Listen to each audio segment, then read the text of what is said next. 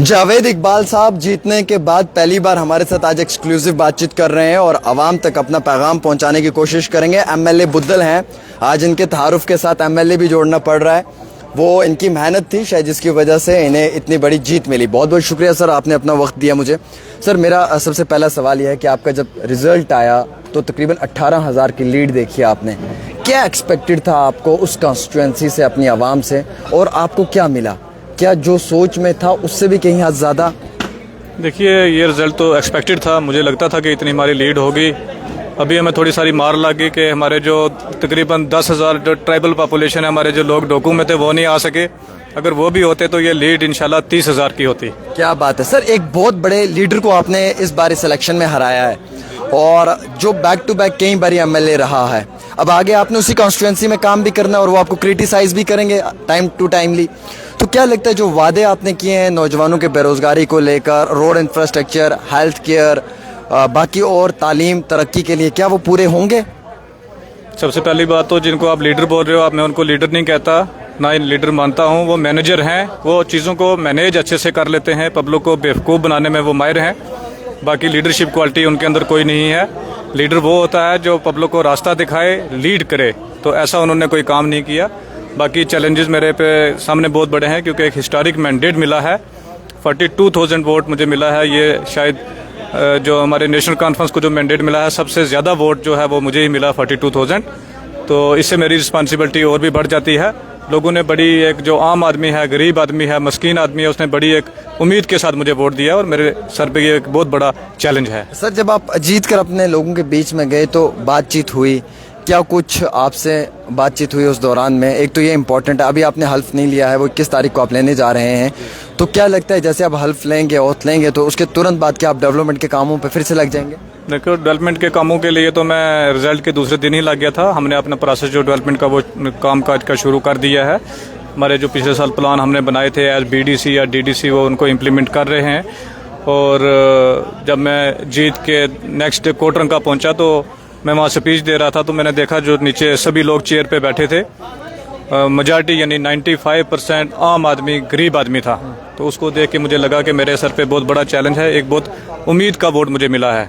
तो मेरी कोशिश रहेगी कि कोई ना उम्मीद ना हो और मैं उस मैंडेट की कदर करूं और लोगों की खिदमत करूं। सर खिता पीर पंजाल का बीजेपी का लीडर है, वो कह रहा है कि रजौरी पुंछ को अलग यूनियन टेरिटरी दी जाए, तो कैसे देखते हैं आप? क्या आप भी रजौरी से ही ताल्लुक रखते हैं? क्या रजौरी पुंछ को अलग यूटी की ज़रूरत है? देखिए, वो उनकी एक पर्सनल स्टेटमेंट थी, उसको बीजेपी ने भी, सुनील सेठी साहब ने एक प्रेस रिलीज देके उसको डिसऑन भी किया है। वो उनकी जो इलेक्शन की फ्रस्ट्रेशन थी, उनकी जो एक बुरे तरीके की हार हुई है, उस हार का वो बदला लेना चाहते थे, लेकिन पार्टी ने उसको डिसऑन किया है। ऐसा कुछ भी नहीं है और जल्दी इंशाल्लाह हमारी स्टेट और बहाल होगी और खुशहाली होगी यहाँ। सर इन सब चीज़ों से ना हट के एक सवाल है, out of this topic. Sir क्या ये दोस्ती का हाथ भी बढ़ सकता है कभी इन दोनों के बीच में सर? क्योंकि इख्तलाफ और रंग बू से बात बनती है, हम ही हम हैं तो हम क्या हैं, तुम ही तुम हो तो तुम क्या हो।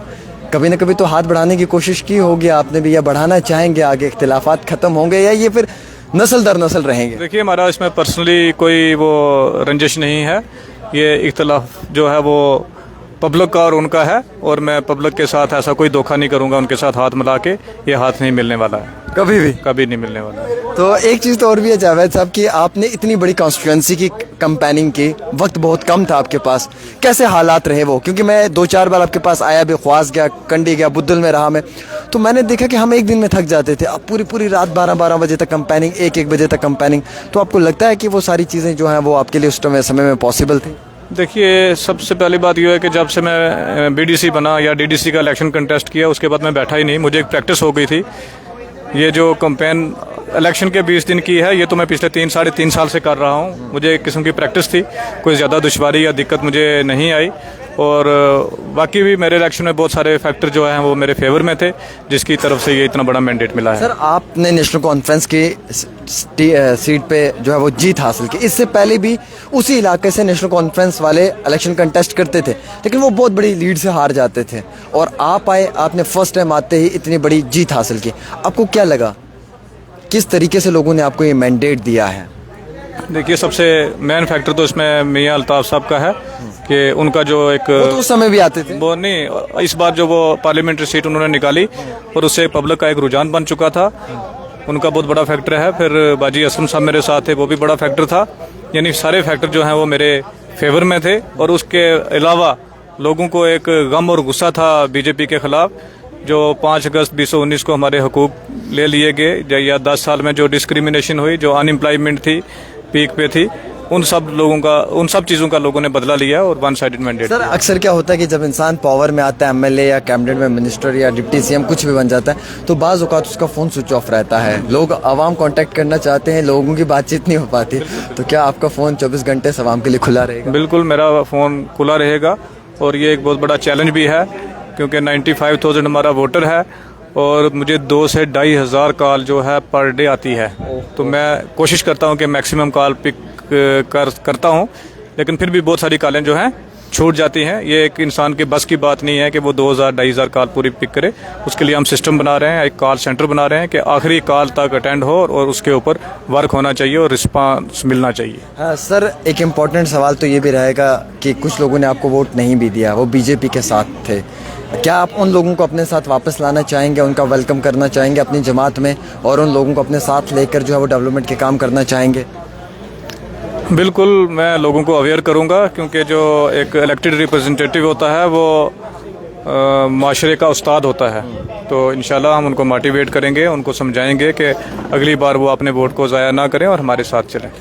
एक लास्ट सवाल रहेगा सर कि अभी जिस तरीके की सिचुएशन बनी हुई है और स्टेटहुड की डिमांड भी उमर साहब कर रहे हैं, आप सब लोग भी जो है वो कैबिनेट मीटिंग में इसका रेजोल्यूशन पास करवाएंगे, तो आपको क्या लगता है कि क्या जो बीजेपी आपके ओपोनेंट सरकार है, क्या ये भी इस चीज़ को स्टेटहुड में कहीं ना कहीं आप लोगों का साथ दे सकती है? देखिए, स्टेटहुड का तो सुप्रीम कोर्ट ने भी कहा हुआ है स्टेटहुड बहाल करने के लिए, और मुझे लगता है कि गवर्नमेंट उस वर्डिक्ट को रिस्पेक्ट करेगी। और दूसरा, जो प्राइम मिनिस्टर साहब ने खुद अनाउंस किया है, प्राइम मिनिस्टर का कहना समझो वो भी एक किस्म का कानून ही होता है, और मुझे उम्मीद है कि वो अपना वादा वफा करेंगे और जल्दी ही स्टेटहुड बहाल होगी। सर, नेशनल कॉन्फ्रेंस अपना वादा वफा करेगी 370 की वापसी के लिए? देखिए, 370 से पहले हमें बहुत कुछ अचीव करना है। जो हमने पिछले 10 सालों में खोया है उसको अचीव करेंगे, स्टेप बाय स्टेप उस पर भी आएंगे। डिग्निटी डेवलपमेंट मेन मुद्दा रहेगा सर? बिल्कुल, डिग्निटी और डेवलपमेंट मेन मुद्दा रहेगा, और हमारी कोशिश रहेगी कि आखिरी गरीब आदमी तक पहुंचा जाए। और ये नेशनल कॉन्फ्रेंस की हिस्ट्री भी रही है कि गरीब गुरबा की खिदमत अगर यहाँ पे इस रियासत में किसी ने की है तो वो नेशनल कॉन्फ्रेंस हुकूमत ने ही की। सर, अभी और रिस्पॉन्सिबिलिटीज़ आप पे पड़ गई हैं, अभी तो पूरा इलाका है, उसके बाद अलग से भी लोग फ़ोन करेंगे, हम जैसे भाई भी कभी परेशान करेंगे, सब लोग परेशान करेंगे। तो क्या लगता है कि क्या उस चीज़ के लिए mentally and physically Javed Iqbal साहब प्रिपेयर हो चुके हैं? पूरी कोशिश कर ली है उन्होंने कि भाई मुझे अब बहुत फ़ोन कॉल्स आनी है, बहुत काम करना है, मैंने लोगों ने बहुत यकीन रखा है। कुछ तो इलाके से फ़ोन करेंगे, कुछ आउट ऑफ कॉन्स्टिट्यूंसी से करेंगे, शोपियान से, श्रीनगर से फ़ोन करेंगे। तो ये सब चीज़ें कैसे देखेंगे आप? इन सब चीज़ों को मैनेज करना पड़ेगा। और मुझे एक अच्छी बात यह है कि शाजिया जो मेरी एहलिया है वो डीडीसी मेंबर है, आधा बोझ मेरा वो उठाती है, वो भी कामकाज को संभालेगी, मैं भी संभालूंगा, और डिवीज़न ऑफ लेबर होगी, मिलके हम इसको निभाएंगे। शाजिया मैम को लेकर मैं भी ये कहना चाहूँगा कि मैं उनके साथ इंटरव्यू किया, आपके साथ एक इंटरव्यू हुआ, उनके साथ 3 इंटरव्यू हुए मेरे कंटिन्यूसली, उन्होंने टाइम भी दिया, गाड़ी में भी चलते हुए इंटरव्यू मेरा हुआ। तो जावेद साहब, आपकी अहलिया ने बहुत मदद की है, आपको मालूम है कितनी ज़्यादा उनकी जो है वो योगदान रहा है, कितना दिन रात वो चलें। क्या पैगाम देना चाहेंगे उनके लिए इस प्लेटफॉर्म से, एक वर्ड में अगर आपको उनको कुछ कहना हो तो? देखिए, शाजिया पिछले 3-3.5 साल से जब से डीडीसी मेंबर बनी है, वो बड़ी सिंसियरिटी के साथ अपना काम जो है फ़राइज़ अंजाम दे रही है। और मैंने 30 पंचायतों में जो है, टोटल 61 पंचायत से 30 में मैंने कंपेन ही नहीं की, 30 पंचायत में सिर्फ शाजिया ने कंपेन को संभाला है, और उसका बड़ा एक कंट्रीब्यूशन रहा है। और आपको मैं एक और मज़े की बात बताऊं कि हमारी कॉन्स्टिट्यूंसी में 3000 वोट, अगर आप देखा जाए मेल फीमेल रेशो को, तो फीमेल जो लेडीज़ का जो वोट है वो 3000 एक्स्ट्रा पड़ा है, ज़्यादा पड़ा है मेल की निस्बत। तो वो शाजिया की वजह से पड़ा है, और जैसे शाजिया पहले खिदमत कर रही है ऐसे ही करती रहेगी। चलिए, बहुत बहुत शुक्रिया। हमारे साथ one of the most young, honest and dedicated leader mister Javed Iqbal Chaudhary साहब हैं। पहली बार नेशनल कॉन्फ्रेंस का मैंडेट इन्हें मिला, और पहली ही बार एक बहुत बड़े कद के लीडर को जो है वो इन्होंने हरा दिया इस इलेक्शन में। 18,000 की लीड ली और इतनी बड़ी कॉन्स्टिट्यूंसी में ली, हैरानगी महसूस हुई। सर, कुछ लोग सोशल मीडिया पर बहुत फेमस थे सर, लेकिन वोटिंग के टाइम में सर बहुत कम वोट पड़े।